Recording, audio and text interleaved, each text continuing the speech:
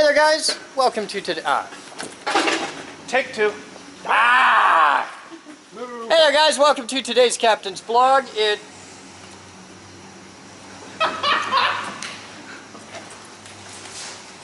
whole fucking day.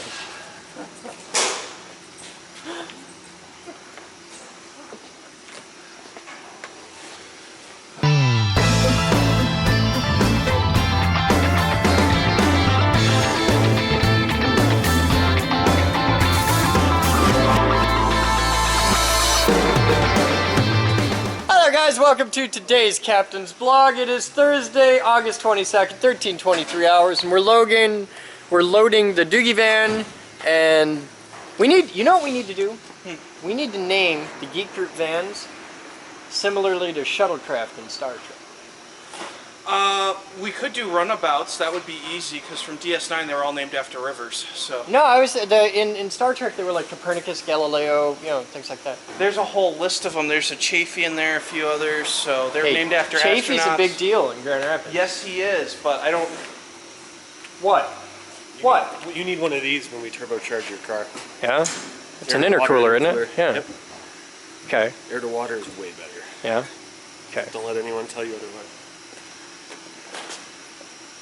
And now there's going to be like 300 comments of people telling me otherwise. What are these things? Well, hey, air to air is a passive what are cooling these? system. Air to water is an active cooling system. These are air pumps. For? I got them from a guy who had a grow op. Oh, it's that kind of air pump. Like aerating water, but okay. You know, he was like, "I'm gonna throw these away. You want them?" Yeah. Parts? They work great. Okay. I'm sure we can find a use for them. I bet they make like 20, 30 psi. I don't know. It's going to be low volume. Yeah, low volume. It's probably like a little reed valve pump kind of thing. So, all right. So this is all that's left of the pile. They're loading stuff up. Doogie moved in, and now he's immediately moving out. Because he showed up and we're like, you know what? You're a pain in the ass. Screw you guys. He's going home. So, yeah, actually he's getting, this is just the transfer station while he's getting established for his house, so he's got a place to live. We're making that happen. And this is all the stuff he's putting in his garage. He's dropped off a bunch of stuff here for the VSL, because he's going to run the VSL, but this gets just, shit's in, shit's out, shit's moving. It's going to be cool. We got a big VIP tour today. That's going to be cool. Wood?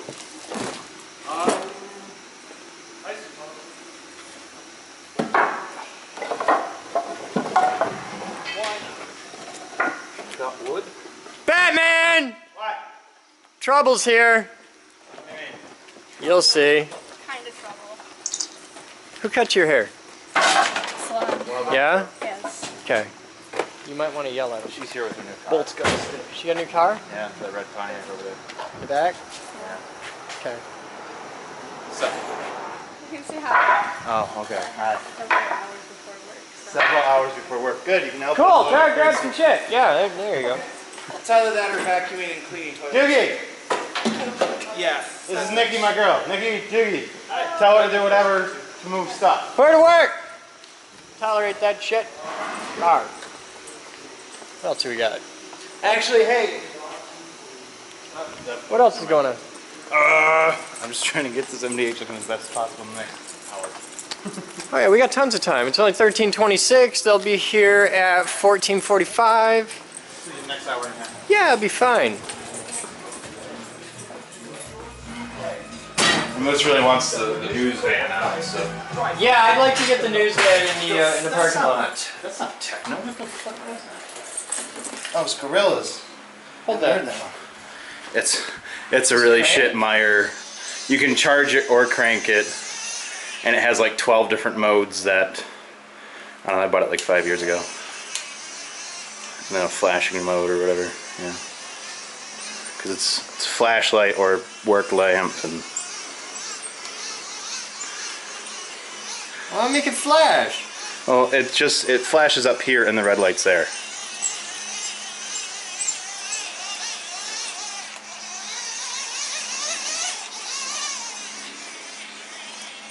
It's like the Poe Peel pocket flashlight. This is where it gets really cool.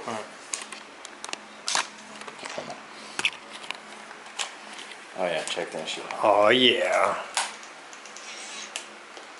Now it's a work lamp at like the worst angle possible. Oh yeah, it's totally useful. That's shit. Well, if you put it down and you're working up here, it works all right. Or with that, but it was a Meyer impulse buy 5 years ago or something like that. I think you got screwed up. I probably did. I use it. Oh, do you have a couple AAA batteries while I'm down here? Neat. AAA is one of those that go fast. I need a couple AAAs.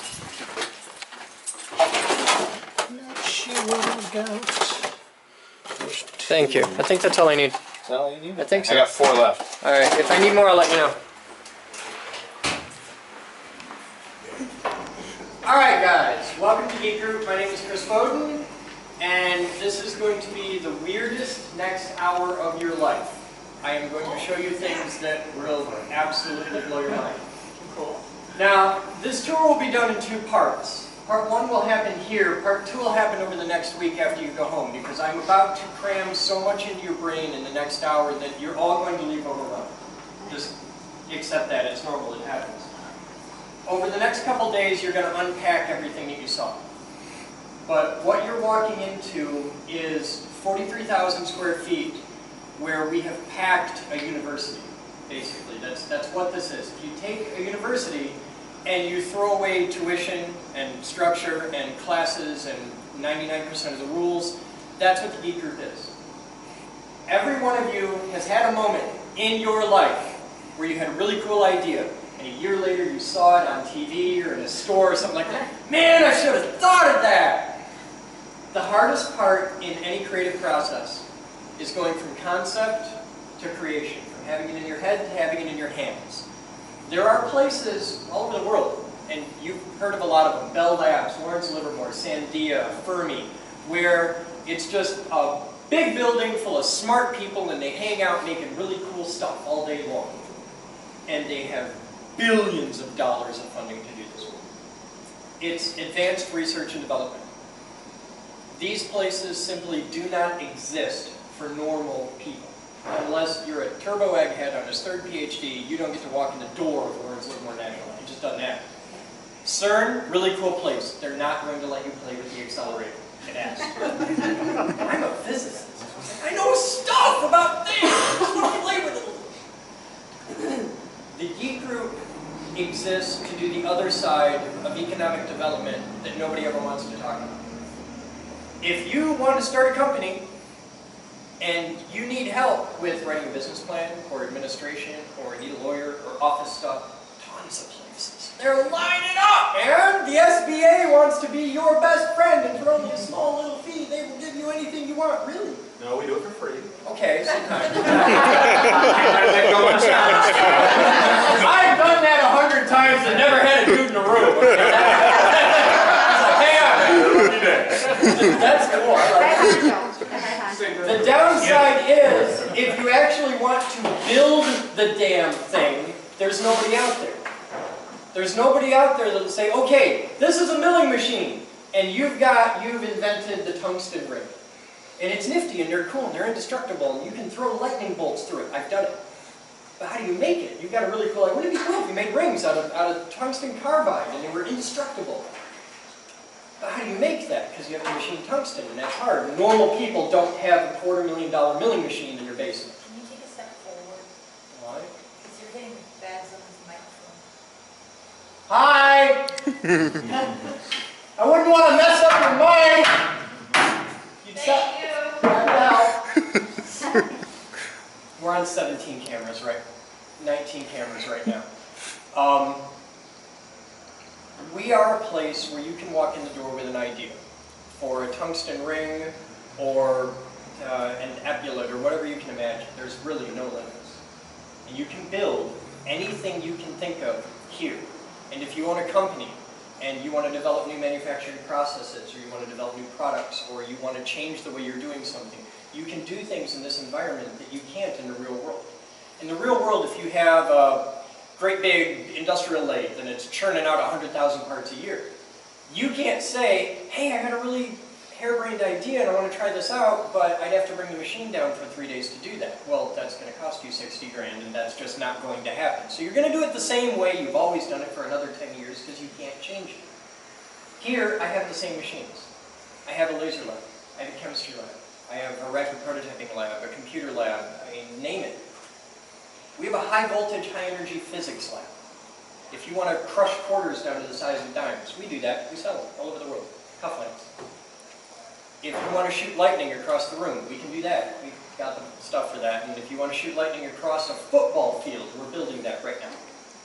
That's what we do. It's a makerspace. It's the largest, oldest makerspace on Earth. We are currently 43,000 square feet. That will double within the next 5 years.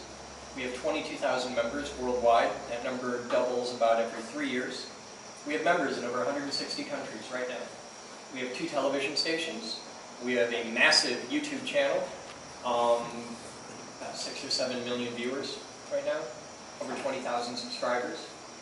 And we make a lot of videos and a lot of projects, and we want to help you make whatever the hell you want and share that with the world. And every one of you, especially him, every one of you in this room is smarter than I am at something. And I want to help you teach that to as many people as humanly possible. Not because you want to get rich, not because you have the greatest idea ever, because it's something you're sincerely passionate about, and there are people out there, no matter what it is, that want to learn that.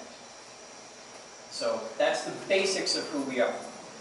We're going to spend the next several minutes showing you the most amazing stuff ever. Now I have a couple really weird questions that you've probably never heard at the start of a tour. Don't lie, because I'll know, and everybody will laugh at you if you do. If anybody in this room has a biomedical implant, I don't care if you have pins from the big war, I care if you have a pacemaker, I care if you have a defibrillator, if you have an insulin pump, if you have anything electronic that runs on batteries and uses electricity that is inside your body, I really need to know. Anybody? Okay. Because the next room that we're going to has a 200,000 watt radio transmitter that's going to shoot 20-foot lightning bolts across the room. It's kind of neat. Player cage!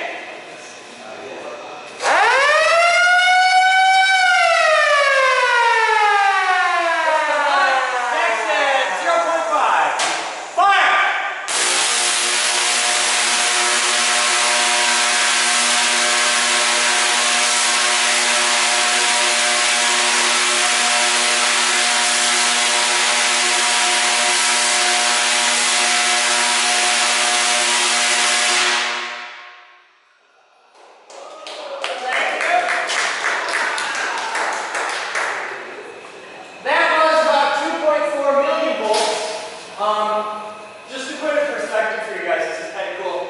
If you imagine the volume knob on this machine going from like 1 to 10, what you just saw was 2.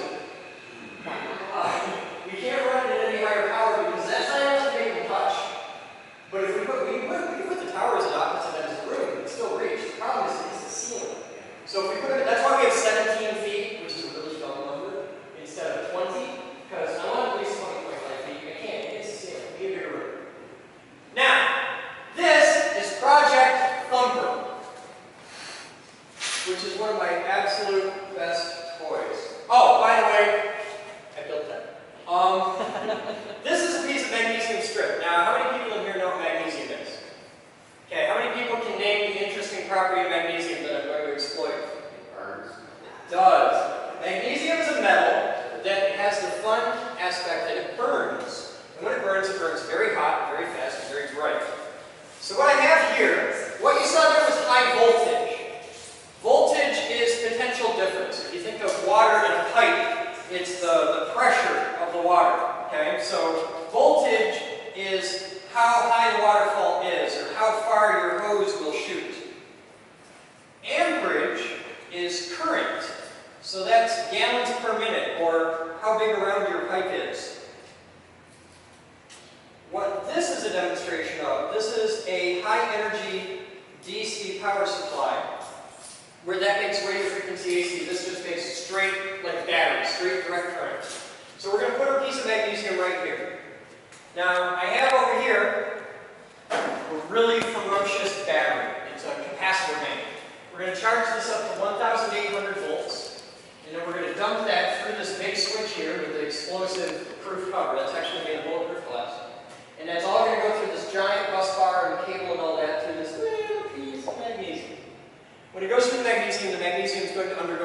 sublimation, which is your word of the day. Sublimate. It means it goes directly from a solid to a gas. We're not going to give it enough time to melt. This, in the physics world, is going to take a lifetime. It's going to take 3/1000ths of a second. If you blink, it takes you 60 thousandths of a second to blink. This takes 3. When it goes off, there will be 80,000 amps. Now, the math on this is really simple because it's DC. Volts times amps equals watts. Watt is how much work you can do with it. So if we go back to our hose analogy, getting hit with that is like getting hit with a pressure washer where it's 10,000 psi, but it's only 1 gallon per minute. That is all amps. That's only 1,800 volts, but it's at, where's the key? It's at 80,000 amps.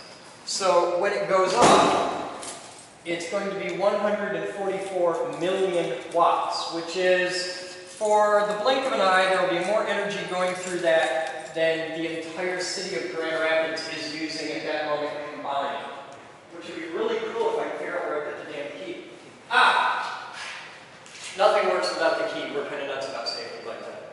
These are the nice thing about high energy physics is you can stand back 30 feet away and push a button and it's very safe. The downside is you only need to make a mistake one time. Clear cage! And the air's on. Alright. This will make a loud boom. It will not hurt you. You are far away from it, and the inverse square law works. However, it will scare the hell out of you when it goes off. But it will make a boom. Plugging your ears is optional. It will not hurt you. Now, a regular AA battery is 1.5 volts. Your car battery is 12 volts. A wall outlet is 120 volts. This whole building runs on 480 volts. Right now, we're crossing 1,000. So it's going to take a minute to charge. Right now, we are sucking energy out of the wall as fast as we can. There's a really cool, fun surprise that happens at the end of this that I personally love, so it's kind of neat. But this will be loud, boomy, and very bright. In fact, it'll be far brighter than you'll realize. Any of you who are rolling video on this, when you go home tonight to edit the video, try and go through the video frame by frame, and you'll realize that for about half of one of your frames of video, it was actually so bright in this room, and nobody will notice that the human eye isn't nearly fast enough, but it was so bright in this room that all you'll see in the camera is the shadows of people. You'll project perfect shadows on the wall behind you, and all you're going to see over there is a pure white room. It's like having the sun right here. Now, I need her. You. Yes, I'm watching you. Oh, you're trying to shoot me. No, you can. You can do it. I can get somebody else. You want to push bigger from the side? Okay. Now, this is the big red button of science. Okay? You have one job.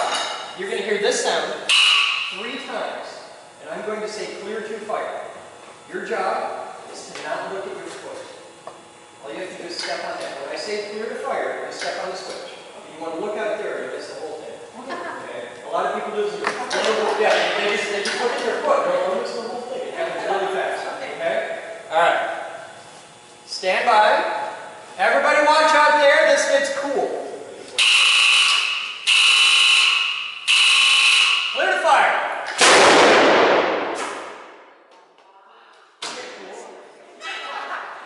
My job. Now, as you will all see in a few moments, when you don't have that big blue-green spot on your eye. Now you know why I grabbed these for you. Thank you even more than I had before. The magnesium is gone. It doesn't exist anymore. There's nothing left of it. The magnesium is now a bad smell floating around up there like Wonka vision. So, yeah. You have all just experienced 2 simple demonstrations in what is the only and what is the largest high voltage, high energy research lab that's open to the public anywhere in the world. This is the only one. Hey. Does your utility company send you a thank you note with the bill? Where is he? Where's the consumer side? That was the DTE. Oh, no, he's got consumers. Yeah, but she's the DTE man. Consumers, despite the fact that I make videos that go all over the world teaching electrical safety, teaching high voltage work, consumers, half the equipment in this room came off of consumers' truck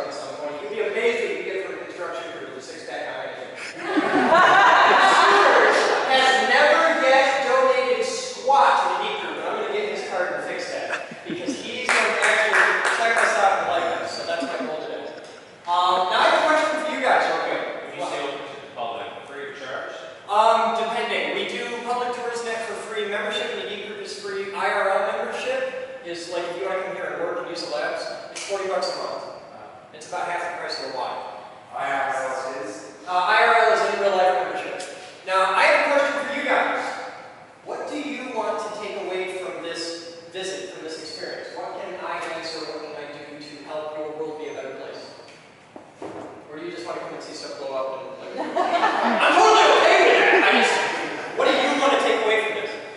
What did you need to get started doing this? What were the things that what were your obstacles to making this dream a reality?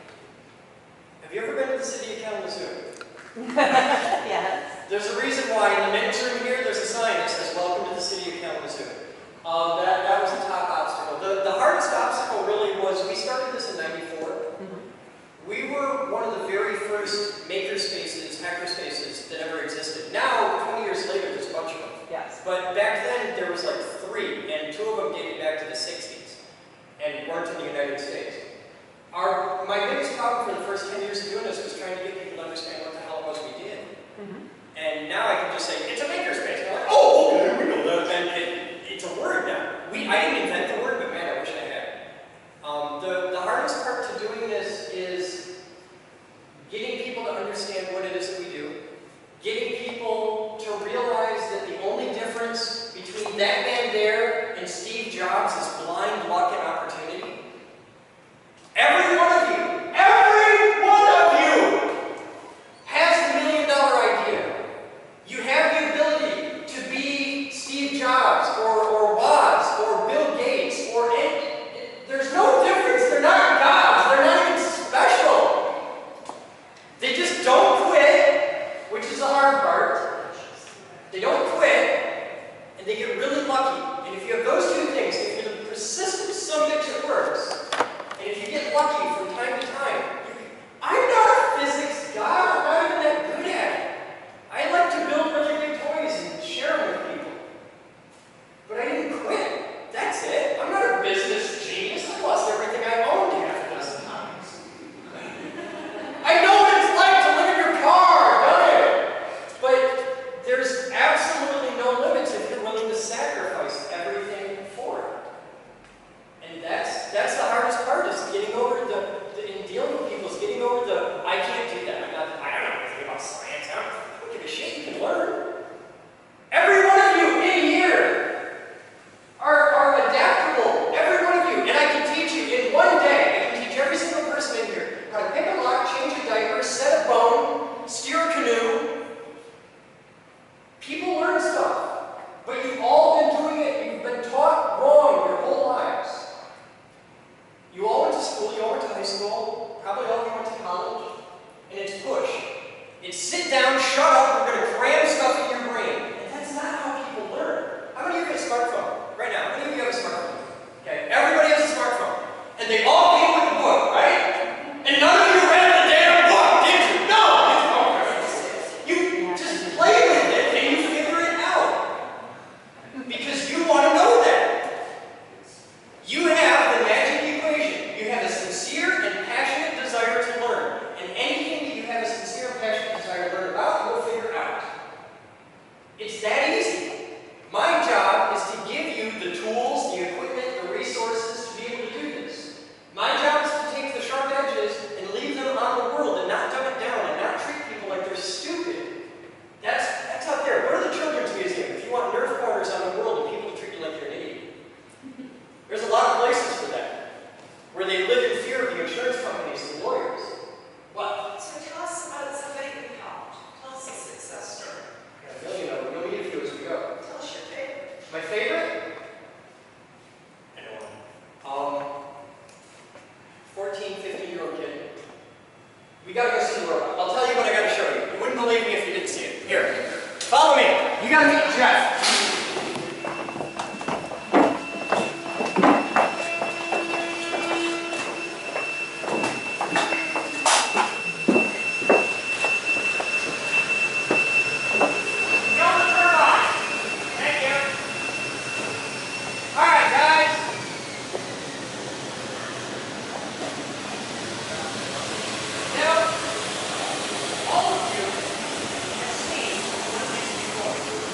Probably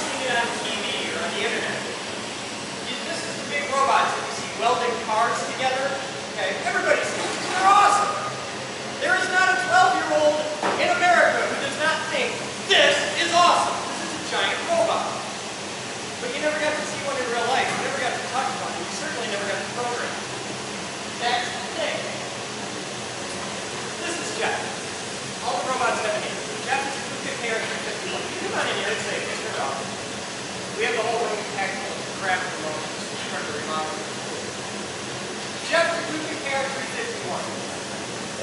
The price tag on Jeff is low 7 digits. So normal people will never let you play with one of these. Thankfully, nobody has ever used these interactions. The problem is, they're very finicky. Robots only do exactly what you tell them to do, so learning how to use one takes a lot of time. Well, you can't get a lot of time on one of these in a regular college course. If you go to Western and you pay your $50,000 cover charge to get into that 4-year party, in your 3rd year, you might get to play with something like Heather back in the corner, which is about a 1/3 the size of Jeff. And you have to share that with 50 other kids in that class. This is a place where any one of you can come with your kids if you want. And sit down with the Cougar Bible, which we wrote. These 3 volumes contain every single thing you possibly need to know to make this machine do anything it's capable of doing in the lot. I'm going to teach you to make pancakes in a couple months. And the idea is, it's just like your cell phone. Instead of a push-based education, it's pull. I'll give you the robot. I'll give you the book. And I'm going to leave you the hell alone. My job is to make sure you don't break the robot, because it costs more than you make. And to make sure that you don't end up like the little dead German dude on the sticker.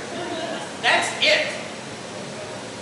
One of my best success stories is we had a kid who's about 14, 15. Came up to Michigan, he's from out of state, spent 2 weeks sleeping on a cot next to the robot every night. And when he came here, he'd never touched one. He'd seen it in our videos. By the time he left, he had this thing carving jack-o'-lanterns for Halloween. And that was his whole goal. He just wanted to teach us how to carve jack-o'-lanterns. He now has a job working for KUKA, programming robots. He's all grown up, he's graduated college, and he makes about 3 times what I make. And it's his passion. It's practical education. It's a pull system. I'll give you the machine, I'll give you the big toys. I'm going to leave you alone. If you want to figure it out, figure it out. You're smart. If you hit a wall, if you have a question, we have people here. You'll learn about our massive think tank that is right here, all day, every day, ready to help. There's a couple thousand people right now watching you do this. And that's not counting the guys with the recording cameras. You notice as we walk around, there's cameras on the walls and stuff everywhere. There are 136 cameras in this building at any given moment, frequently more. There's people watching all the time. And if you're programming this robot, you could be on one of our TV stations talking to these people, saying, hey, today I'm working on end-of-arm tooling. And you've got 1,000 people there, several of whom have forgotten more about this than you and I will ever know, that are there to answer questions and help and just kick you into the next phase. That's what they do. But this is Jeff. Around us, this is the main demonstration hall. This is the main big workshop. This is a place where you can come and have access to everything from an air raid siren, we have an actual, honest-to-God air raid siren, to the Orbitron, which is a multi-axis trainer. You've seen those in like space camps and stuff.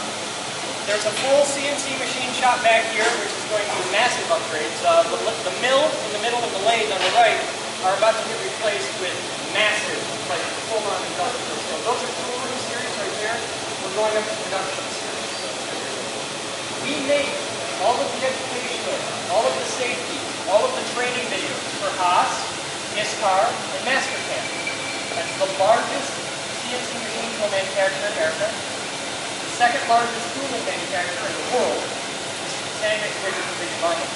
And the big dog of CAD software. We deal with all 3 here, and you can make anything with those machines. Right now you can see the Moose, the 6-foot blonde over there, is making an art prize entry. That's going to be a clock, grandfather clock, made entirely out of plexiglass. Just because that's awesome. Now I'm going to show you a couple totally useless toys that are lots of fun. Come on out here.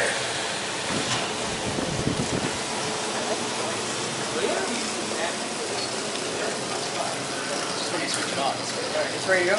Yeah. Plug it in, you got 12. Alright, cool. This is a tennis ball. Now, how many of you guys have ever played with BB guns? How many of you guys have ever played with a paintball gun? Okay. This is an average, everyday tennis ball. There's nothing special about it at all. We use tennis balls because they fit in the pipe. Also works with bags of bird seed. So what we do, put this on here. This is my job.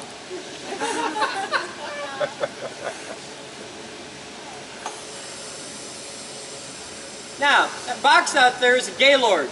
They actually come from Gaylord, Michigan. And that box is rated to hold a design load of about 3,000 pounds. This is a tennis ball.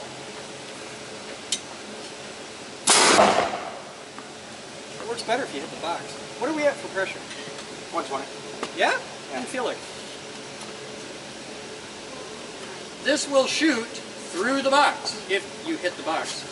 It's not exactly the most aimable, delicate weapon. Hey, Batman? There it is. Oh, there we go.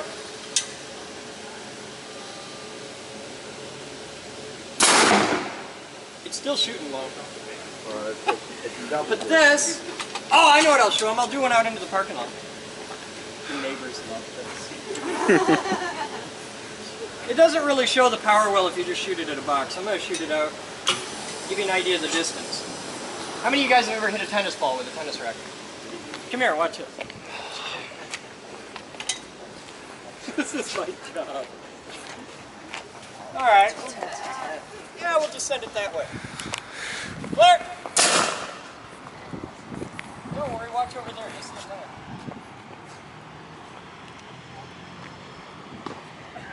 That's how high you go.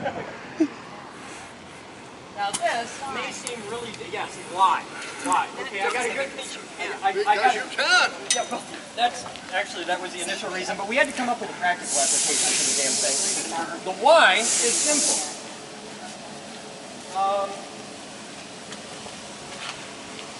You take that. Now you know the drag coefficient of a tennis ball, you know the diameter of a tennis ball, you know the diameter of the barrel, you can know the angle of the gun, you can know, because we run it on compressed air, you can know exactly how many pounds per square inch of energy you're putting into it, you know the diameter of the valve, you know all the variables. So, taking what you know, you put this at the 0-yard line of the football field. You put a trash can at the other end, okay, right on the line. You know the distance from A to B.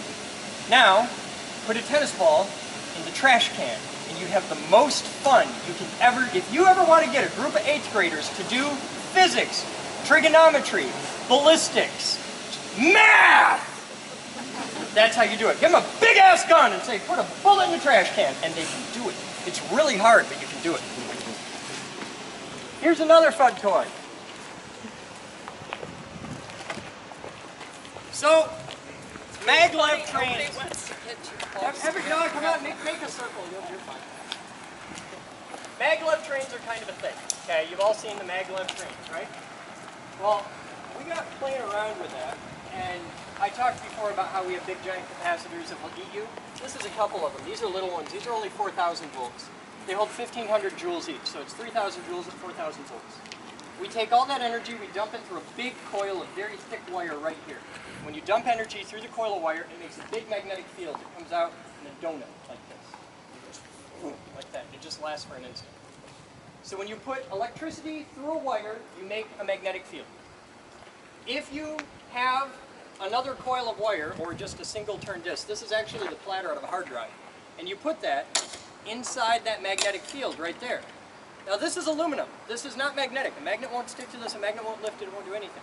But it conducts electricity really, really well.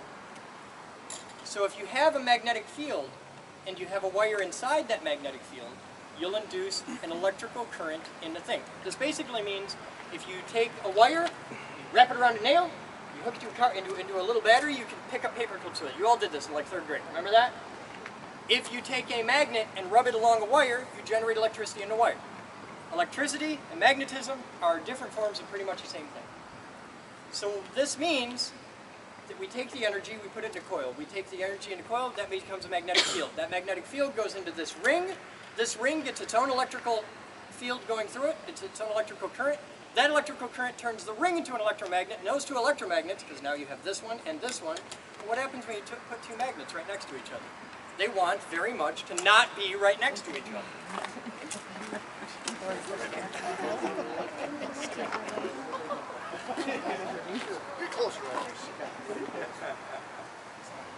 There's now 4,000 volts in that system.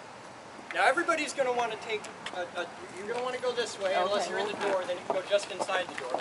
Because this is going to leave faster than you're going to see it. I love how she's trying to get video of this. Good luck. You let me know how this works out. Now, the ring, because, toss me a test ball. The ring, oh, is there a, do I have a racquetball? No, I got test balls, okay. The ring isn't going to fly very well, so I'm going to put a tennis ball on top of it to weight it down. You're not going to see the ring very well because it has the aerodynamics of a frisbee, but we're going to shoot the tennis ball with it, and it's going to go up a ways. 3, 2, 1. Roof. Ah! So, yeah, I lose a lot of tennis balls. We go through a lot. So this is the ring launcher. It's used as just a demonstration. We built this, honest to God, we built this for no other reason than, hey, let's just shoot shit up into the roof. This is the Geek group. We can do stuff for fun. Let's head back inside where it's cool.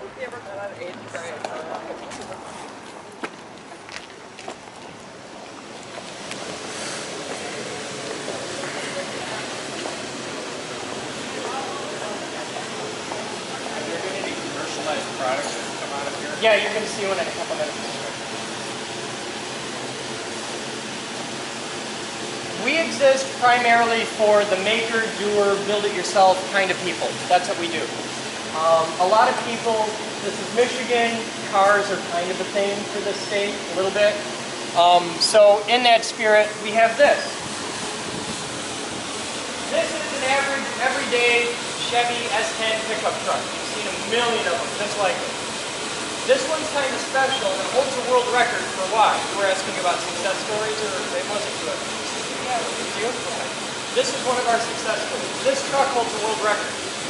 This truck is fully electric, which is not that big a deal in the 21st century. It's an electric truck. Okay, cool. This didn't start out as an electric truck. It started out as a, dinosaur years Chevy S10. What made this truck an electric truck was a 15-year-old boy. And that's why it holds a world record. It doesn't matter how old you are. It doesn't matter how many letters you have after your name or, I've been doing that for 35. I don't give a shit. I don't care if it's your second week. It doesn't matter. You have to have a sincere, passionate desire to learn. That's all I care about. A 15-year-old kid did this. What did you do with your summer? Over here, what you're going to do for next summer. This is the Lotus. Because, Detroit, American steel, it's the Lotus. They come from England, for those of you who don't know. This is a car that costs more money than most of us will make this year. So, of course, what we did, they're also, by the way, very rare. They don't make a lot of them. This is as close as you can get to an orgasm on wheels. So what we did, when we got this beautiful car, cost as much as any house in this neighborhood. We, of course, took the beautiful V8 twin-turbo engine that will propel this from 0 to 60 in 4 seconds. We took it out. We gave it away. This car will be fully electrified. This car will be more than that consumer. This car will be fully electrified. And unlike every other electric car, like the Prius and the Leaf, and all these cars that give you warm, fuzzy feelings, make you want to pet the giraffes, makes the world a better place. No, we're building a carnivore. We want to take this thing out and scare the hell out of people. This is an electric car with a $50 bill taped to the dashboard. And if you old street racer guys get that reference, the old street racers, the hot rod guys in the 60s used to do this trick.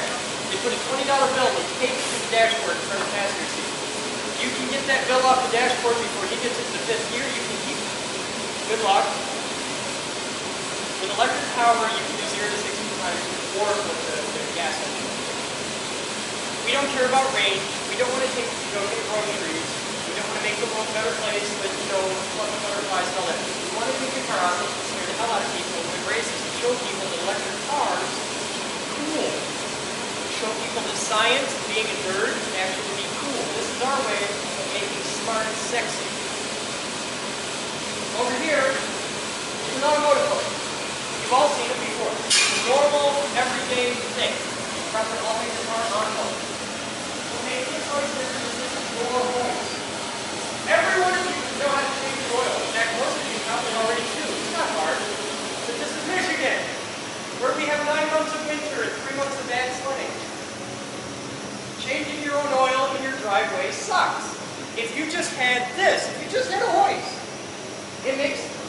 everything's possible. You can change your oil or change your engine. But you can't have one of these at your house. They cost $5 grand. They take up a whole stall of your garage. And unless you're a bald lunatic who talks funny and plays with very expensive cars, you probably don't have one. He does, and he totally ruins this for me every time. He actually has his own voice. But this is your tool. Everything you see here is yours. That's the point. You can come and be on the build team for a Lotus. It's not just the guys you see on TV. You can do this. And it doesn't matter if you're a boy or a girl. It doesn't matter how old you are. A girl runs our machine shop. How many girls do you know run machine shops? She's also our executive director. And by the way, all those rare English cars that nobody can make the windshield wipers work, he can. That's really hard to do. What's next?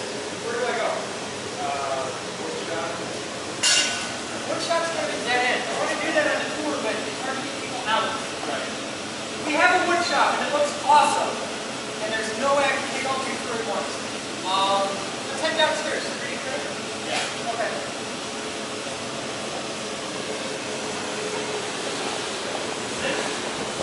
I'm going to try this, and we're going to see if this is the most epic fail ever, but we're going to try.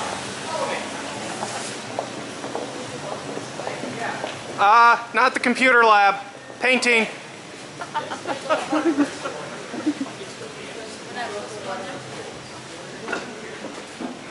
This is a walk-in tool closet. You should name this the Tim the Toolman Taylor. Actually, it's the Batcave. The guy who works in it is referred to as Batman around here, so it's the Batcave. But it's a giant walk-in tool room. We have more tools in stock here than Home Depot does up the road. We're going to go up the stairs so that we can go down the stairs.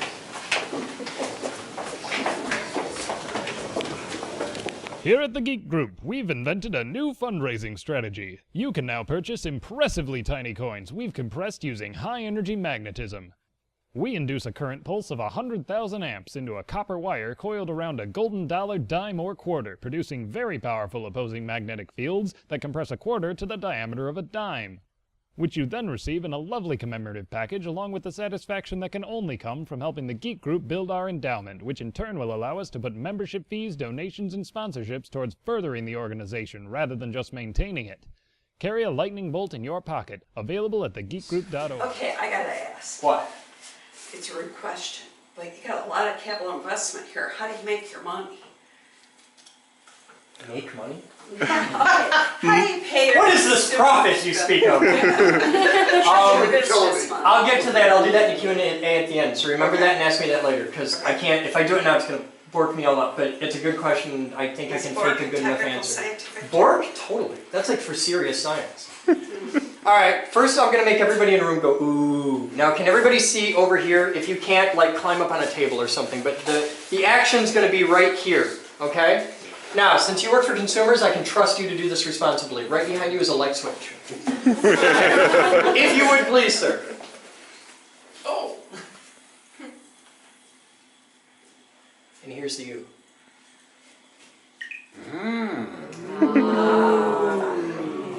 See, the cool thing about laser beams is you can't actually see a laser beam. You can only see a laser beam when it reflects off something. By the way, all the really cool hardcore army guys with the lasers on their guns that you see in movies, they always overlook one fundamental thing. All of us right now know that there's a laser beam right here, you can see it on my hand, and it shoots on a wall, right? So if this is the guy with the gun, and that's the bad guy, the guy with the gun sees the dot, right? What you don't realize is, if you're the bad guy, you see the line going all the way back to the dude, so you know right where to shoot at, which is why laser sights are kind of dumb for certain situations. Now, everybody's got the ooh, ah, wow laser part. Okay, that's easy. Now here's the cool part. When you look at the wall, what you're seeing, there's a name for that, it's called a Lisaceous pattern. Okay?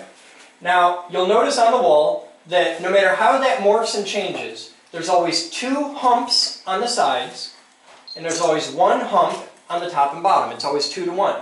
And if you look at my nifty little oscilloscope over here, you can see that the top frequency is twice as fast as the bottom one.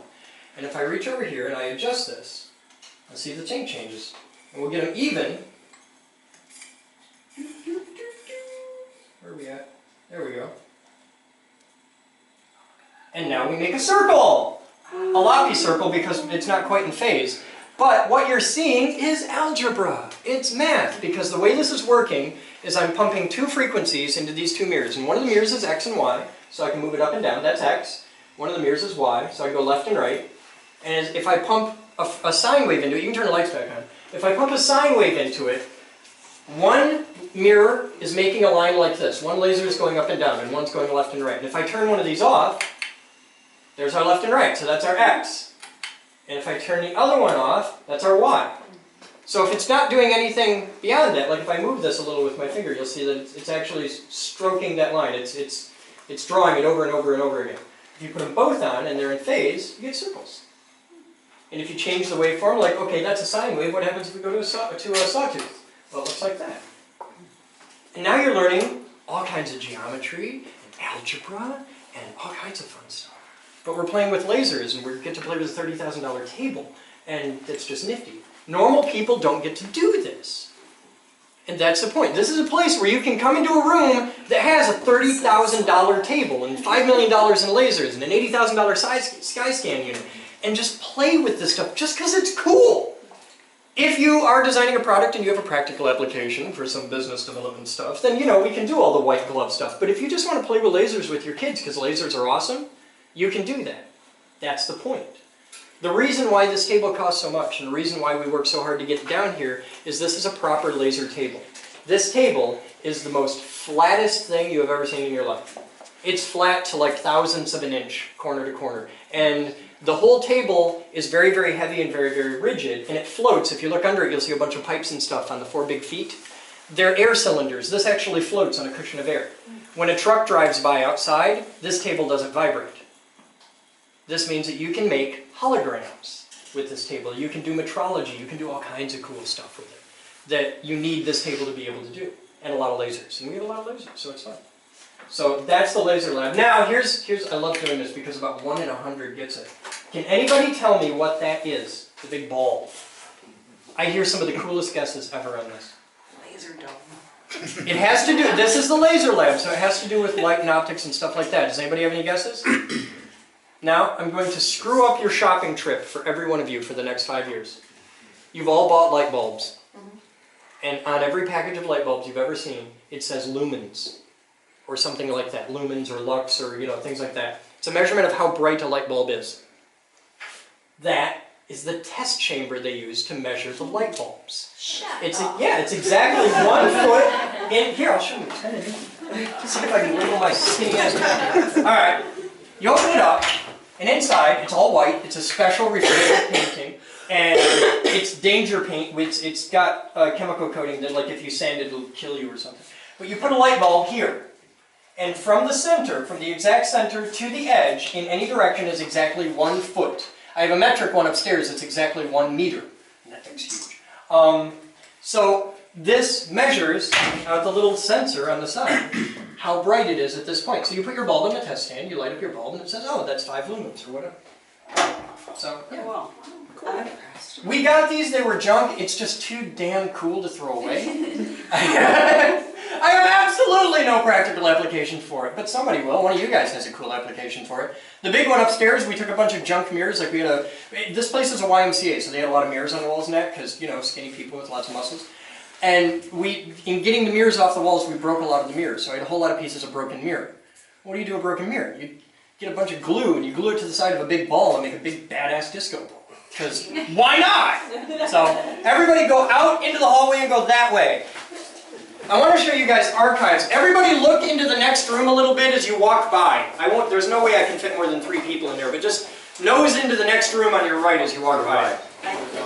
But this, in a normal hackerspace, makerspace environment, 3D printing is a really big deal. And they will sell their children to get just a regular little MakerBot $500 3D printer.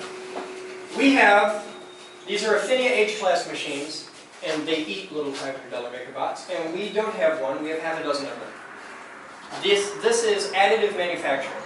All it is a hot glue gun. Everybody's used a hot glue gun, you all know how those work. Okay. You take a hot glue gun, and you put plastic in it, and this is just ABS plastic. It's the same plastic they make slot car track out of if you've ever played with slot cars. Same stuff. Lots of stuff's made out of ABS plastic. This little nozzle down here works like a hot glue gun. It squirts it out in a tiny little thread, and this can move left and right, so that's our X. This can go up and down, so that's our Z. It can move in and out, so that's our Y. And you can print something, here's a good one, here's a good example. Let's say you have this, a pipe flange, and you need to mount this in a vise so that you can machine it. Well, that's kind of hard to do. So you need to make a special set of jaws with little indexing pins to hold it just right, and then you put this in your vise, and now you can hold a round thing in a square vise, right?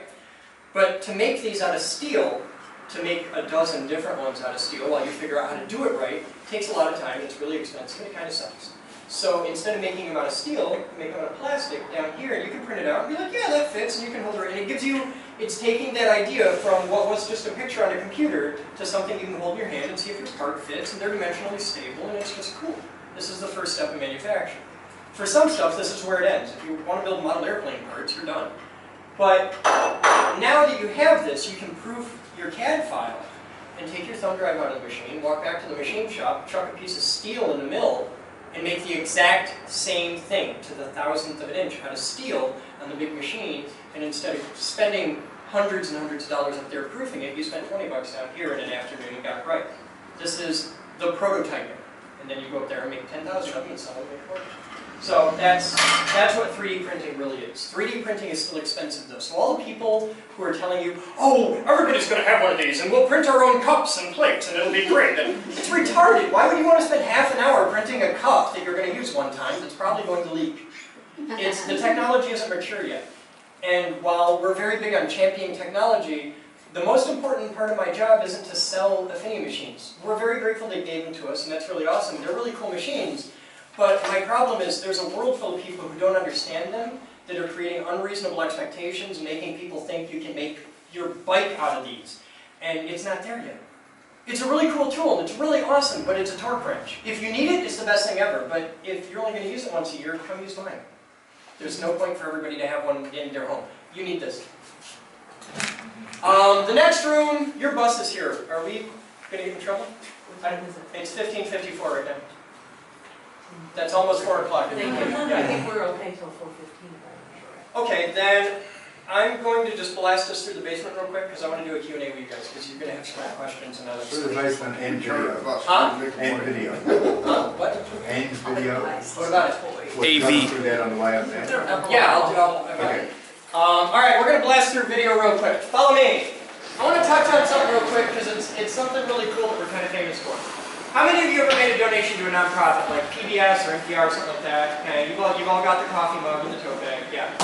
When you make a donation to PETA or something like that, you fill out a form, you mail in a check, and they might send you a little form thank you letter. When people make a donation here, we get viewer mail and stuff all the time, every day. And we get a lot of it. When people make a donation here, it goes in this box. Like, let's say you donated Vegemite from Australia. Where's Chris? He's smiling.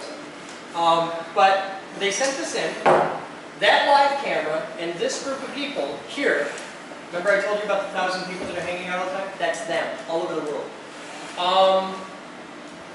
We do a thing every day, we shoot video of it, we do it live, where you see me open the box, and I take it out, and I get to say thank you. You get to talk to me, because they can talk to me right now in real time. All the people in here are watching on there.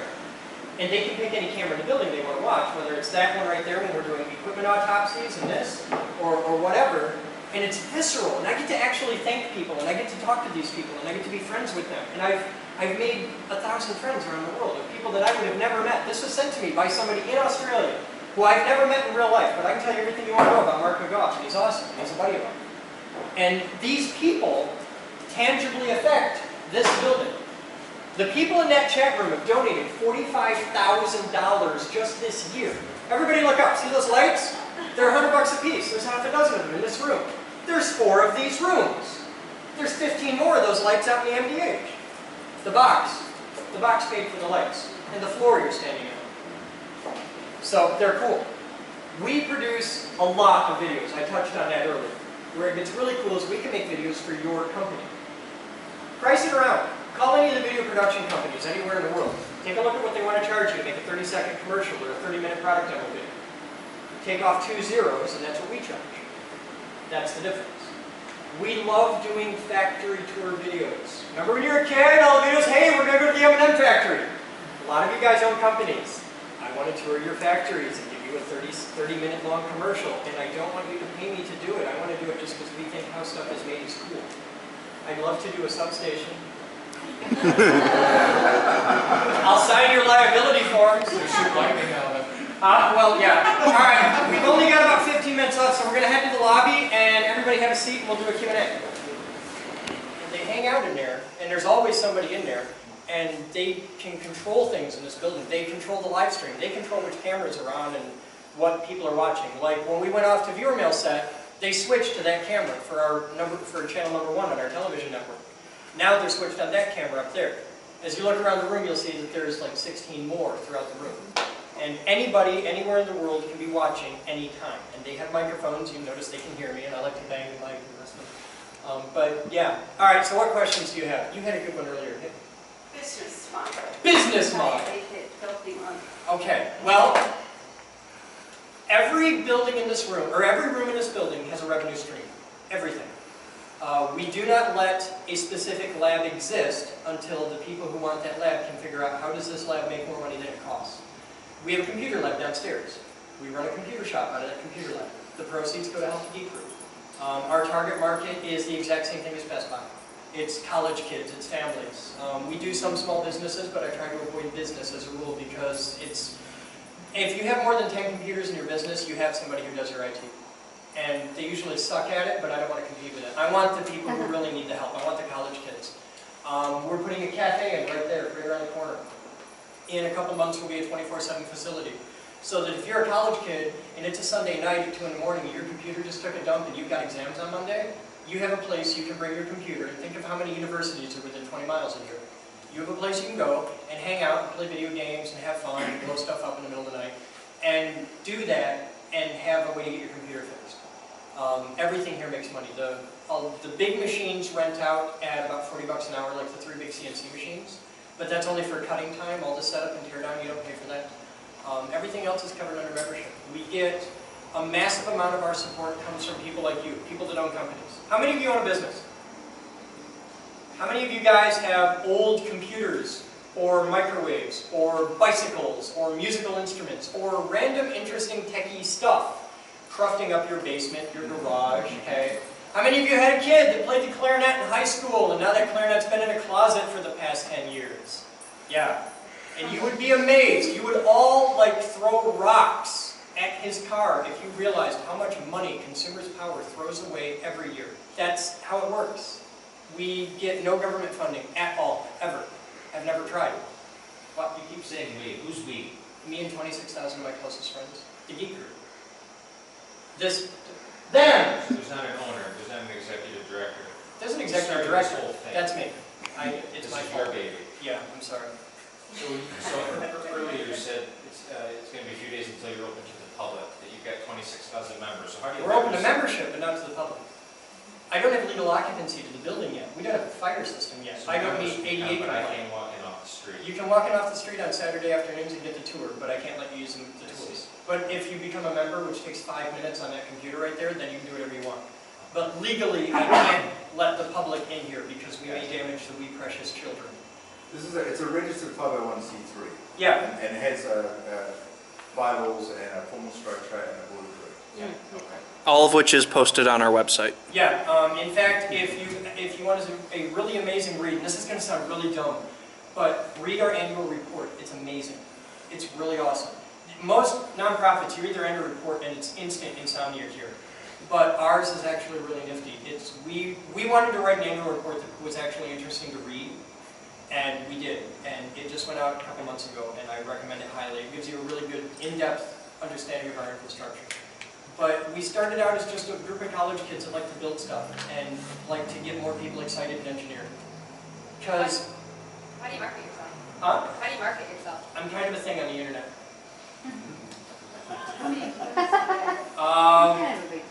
People at the staff G4 level, I think we have about 30 or 40 right now. Oh, worldwide. I mean, we have staff in Australia. So what is, so this is the only location? No, but this is the headquarters. How many are there? Did you see all those flags in the other room? Up in the ceiling in the MDH, it's covered in flags. Members sent those in. Within 5 years, we'll probably have 100 chapters. Think of it like the Cub Scouts. You have the Cub Scouts, you know, the national thing, the Boy Scouts, Girl Scouts. I like Girl Scouts better than the Boy Scouts. But you have they're cooler. But you have the Girl Scouts, and then you have local chapters. And that's how it works. And they fly under our 501c3. We control their ethics, their governance, things like that. But they keep the money. All of it? Yeah. You don't take any cut? No. I'm not in this to get rich. If I want to get rich, that's easy. Money's easy. Look at the resources I have available. If I want to develop a product, if I want to make money, that's stupid easy. I want to change the world. That's hard. I want to make you rich. I want you to get rich. I want you to go out and sell $100 million of your product and then remember me come tax time. That's how we make this work. When you make $100 million, you're going to donate 5 to me. That's how it works. You told me earlier there was a product that was... Yes. You're going to love this. Alright. This is one of the coolest universe... Beware the hell out of anybody who talks in generalizations. But I'm about to show you one of the very few universal truths of humanity. See this vial of clear liquid? Now you don't know what this is, but you want to, don't you? That is the coolest thing about people. We want to know why. What the hell is that? This is a colloidal suspension of iron particles in some other secret liquids that I'm not allowed to tell you about because of NDAs and stuff. But this was invented by a broke kid from Brooklyn who never went to college. That broke kid from Brooklyn now makes more than probably everybody in this room put together. Because he's selling these for 20 bucks a piece. And this is the coolest damn desk fidget ever. Anybody who has to sit at a desk at any point during the day wants one of these. Because it's just fun! It's magnets and it's nifty. And if you're a science teacher, it's got applications. It's just cool. It's got a million different simple practical applications, but the best one is simply being a toy. Geek Group. He had the idea, we helped him make it into a product.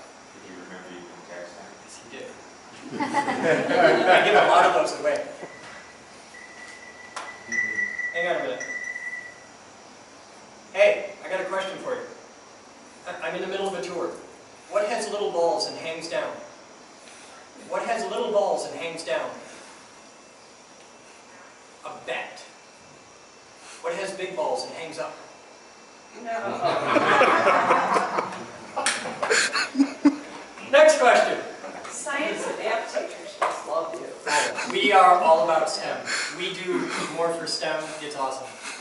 The best compliment I ever got in my entire life came from a science teacher. I had a science teacher come in here and she said, "You're the first human I've ever met who can maintain the rapt attention of 112-year-old boys for an hour." One of you two had, oh, what? It's 40 bucks a month, that's it. And you get, I don't have it! Give me your card. Who's got a member card? Give me your card. Give me your card. This, you get one of these nifty membership cards. They look like this. Now, you all know when you get your driver's license picture, if you make a face, they make you do it over again. You should see some of the pictures here. But yeah, membership is 40 bucks a month. And that's IRL membership, that's 24/7, that's, you can live here. I don't care. There's showers upstairs and put in a cafe. Plus the cost to run the machines. That's only if you have to use the big machines. It's 40 bucks a month and that covers everything in this building except stuff that has consumables. And the only thing with consumables is the affinity machines downstairs, which are like 5 bucks an hour, some stupid thing like that. The big Haas CNC machines, because I can't let you do that alone, you need a babysitter. You're burning up tools and that's like 40 bucks an hour, which is, that's half the price of a machine shop. And then the hoist is like, Doogie, how much is the hoist? He runs our DSL. The hoist is $20 for 2 hours and $45 for a day. So, yeah. For the whole weekend. So you drop a couple bucks, you come down, you change your engine. And it's awesome, it's fun. Next. Somebody had a question. Yeah, what do you guys? First of all, I'm very impressed that you're not taking any government funds. We're young, we're smart, and we're motivated. I don't need to suck the government tit. I like that. But you talked about, and if I got this right, you said we're at about 40,000 square feet and you hope to double it within... 43,000 square feet. We'll double that within 3 to 5 years. Are you looking at, are you looking at here or are you Yes. talking about the... Okay. Here, west side, Grand Rapids. I'm not going out southeast and get all the money in it. No, I want to make 500 jobs here. I want to make a campus here.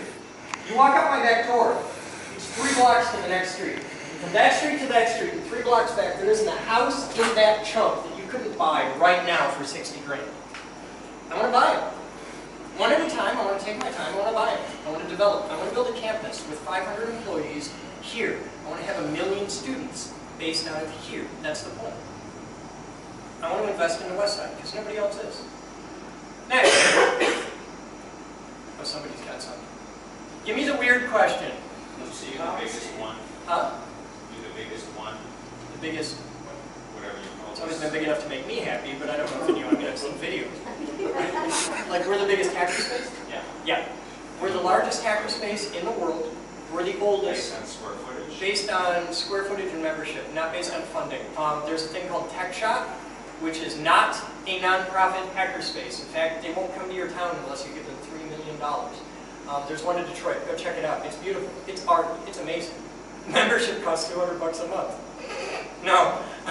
Our membership is $40 a month. You know why? Because I haven't figured out how to get it down to 20. The idea here, if you're a rich trust fund kid, you have all the opportunities. It's easy. If you're a normal guy, or a normal girl, if you're a Girl Scout who grew up in this neighborhood, you have no opportunities. You're going to be a factory rat. I want to help you build the factory. I can train a chimp to push the green button and change the part, and we need those people, and that's important. But I want to teach you how to build the machine that's cutting the parts. That's the point of this. This is, think of it like this. This will really make it make sense. When you went to college, you sat in class with 95% of the people in college where it was a 4-year party with a $50,000 cover charge. They were there to get a piece of paper. They were not there to get an education. They were there to get a degree. 1%, maybe 5% of the people in college, and you know who they are. They sit in front and they're a pain in the ass to the teacher. Yes! These are the people with the sincere and passionate desire to learn. This is the guy who didn't suffer through physics. This is the guy who sat in front saying, I want to know about the second law of thermodynamics! That's us. We're the pain in the ass. We're the kid that wouldn't quit asking all those questions. We're the kid that got the shiny new toy on Christmas and had a pile of parts by New Year's. That's us. Be the pain in the ass. It's fun.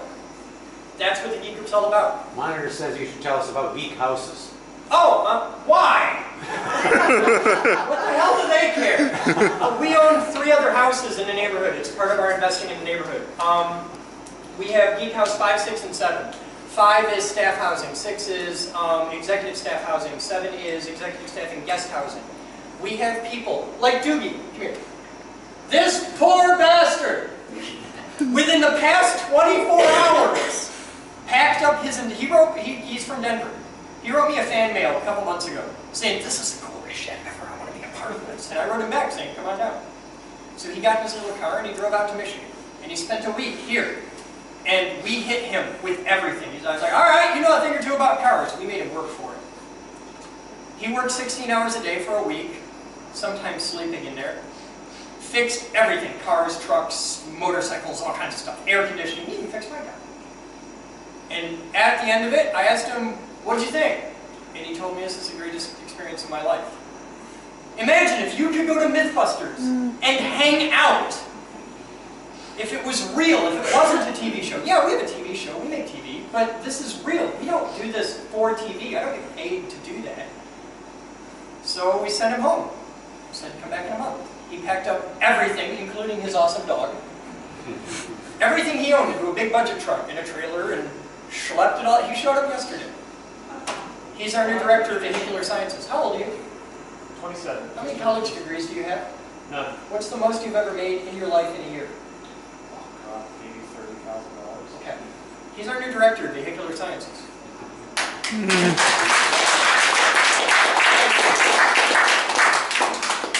poor dog. Nobody loves that dog. That's what it's about. Every one of you could come here and teach a class or make a video. Every one of you has something that you're passionate about, and it's probably not what you do for a living. And this is the coolest thing ever. Like, you work for the SBA. Right. Okay, what do you do for fun? I started a business. No, for fun. What do you do? What's your hobby? Like, you build model rockets. I love jet ski. Huh? I love jet ski. Okay, so you could do a video on inertia and mass as relation to a jet ski. Or jet ski safety. We haven't done that. Everybody has this. Everybody has that passion. What do you do? What's your business? It's sports. So people who sign their kids up to play sports, we send the leagues up. See, that's a whole thing we can do. Robot League. Yeah, I need to talk to you. Any other questions? Cool, you're easy. I want to thank all of you for coming today. Thank you. Is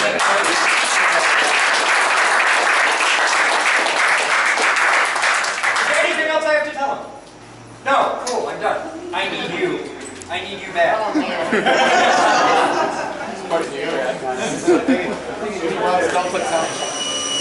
Alright, so we did the tour and that was cool. Big VIP tour. It's 1640 hours and you gotta see this. Look at that. It's starting to come together. Oh, it's better than the front. It actually keeps time now. It actually keeps time now. And Oh, follows okay. the moon. Hey, look at that. It's doing stuff. That is badass. So does this have a name yet? Yeah. Or is it just the moose clock? I have never named the clock. Okay. Needs a name. my art price entry. It's called Clock. Clock? Okay. That's really cool. So this is your clock. This is Moose's clock. There's all the secret inner workings of awesomeness. That very front gear was the issue I was having on the main shaft. Yeah. It was pressing up against the face. Okay. So that's why I wasn't keeping time. Ah. And this is one of your reinforcing things? Yeah, this will go about here. Okay. And I made another one. For about 2 inches up? Yep, and then Okay. there's this one. It's very specially shaped to be able to fit around the top. Cool. I like the bird poop. I saved the bird poop. Cool, Moose. Keep kicking ass. Time is 18:26 hours, and another photo shoot happening in the high voltage lab. Apparently they're going to be smashing televisions. So, yeah, all kinds of fun.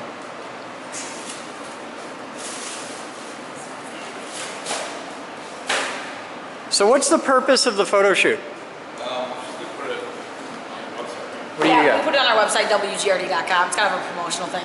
Oh, okay. So this is for WGRD.com. Yep. And you are Jackie. Yes, I am. And you are the subject of the photo shoot. Yes. And you are doing awesome things with my lab coat. So, yeah. All right, you kids have fun. Let me know when you're done. Thanks. Clean up all the glass. All glass. Because that never happens here. They're smashing televisions. It's a radio thing. I don't know. 2016 hours. What's going on? Well, we got to get T-Rex back into the shop, and both batteries were completely dead. So. Yeah, it needs 2 new batteries, and we need to make sure whenever you park this, no matter how long, you flip open both knife switches. Yes. Because what I'll do after the electrical system on this is a nightmare. It won't be for a You while. have some fun days ahead of you. You got a little bit of work to do. That's what I do. I'll leave this on trickle charge overnight to get the battery topped You're up. pumping 30 amps into it right now. Yep. Okay. Did a slow amperage initially, and then now we're pumping it up since it's Cool. starting to take a current. All right. Don't recommend 30 amps without the knife switch though. Kill the ECU. So. Cool. You guys rock out. I'm gonna go edit this. And that's the blog. That's the day. It's been a big day. You guys have fun. I'm Chris Boden. You're not. And that's today's Captain's blog. We'll see you tomorrow. I learned how to run a machine shop. Set up an enterprise level server. Program 9-foot robots. Make lightning.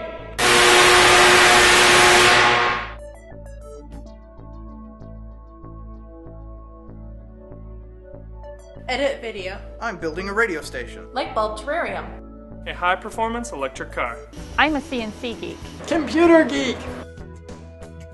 Robot geek. Physics geek. AV geek. I'm a radio geek. Craft geek. Car buff. No matter what kind of geek you are, we've got a place for you here at the Geek Group. Come join us. We build awesome.